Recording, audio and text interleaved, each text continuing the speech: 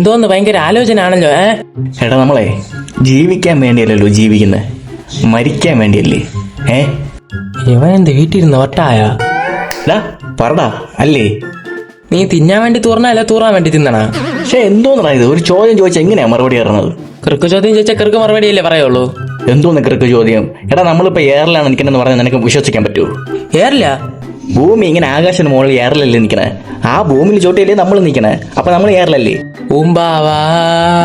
അമ്പല്ല അമ്പൽ. അത് രജനിയുടെ പടത്തിലെ പാട്ടല്ലേ? രജനികാന്തിന്റെ കഷണ്ടി വീട്ടിലിരുന്ന് വട്ടാണ് നിനക്ക്. ഇതാണ് സമൂഹം, കാര്യം പറഞ്ഞാൽ വട്ടനാക്കും. ചുമ്മാ അല്ല കേരളം ഒരു ഭ്രാന്താലയൊന്നും അബ്ദുൽ കലാം പറഞ്ഞത്. അത് വിവേകാനന്ദ സ്വാമി. ആരായാലും ഉള്ളതല്ലേ പറഞ്ഞത്? ഉള്ളത് തന്നെ, നിന്നെ പോലെ ഉള്ളവന്മാരെ കണ്ടതിനെ പറഞ്ഞത്. ലോക സമസ്ത സുഖിനോ ഭവന്തു. ഇത് മുറ്റിയത് തന്നെ, ഇപ്പൊ കൊണ്ടുപോയി രാത്രിക്കുള്ള എത്തിക്കാം. പ്രപഞ്ചമേ ശക്തി തരൂ. ഹലോ അനിയണ്ണ, ആംബുലൻസും കൊണ്ട് പെട്ടെന്ന് ഊളം പറയിലിട്ട് ഒരു ഓട്ടം തരാം. പ്രപഞ്ചമേ ഉണരൂ. നിന്നെ ഞാൻ ഉറക്കാടാ.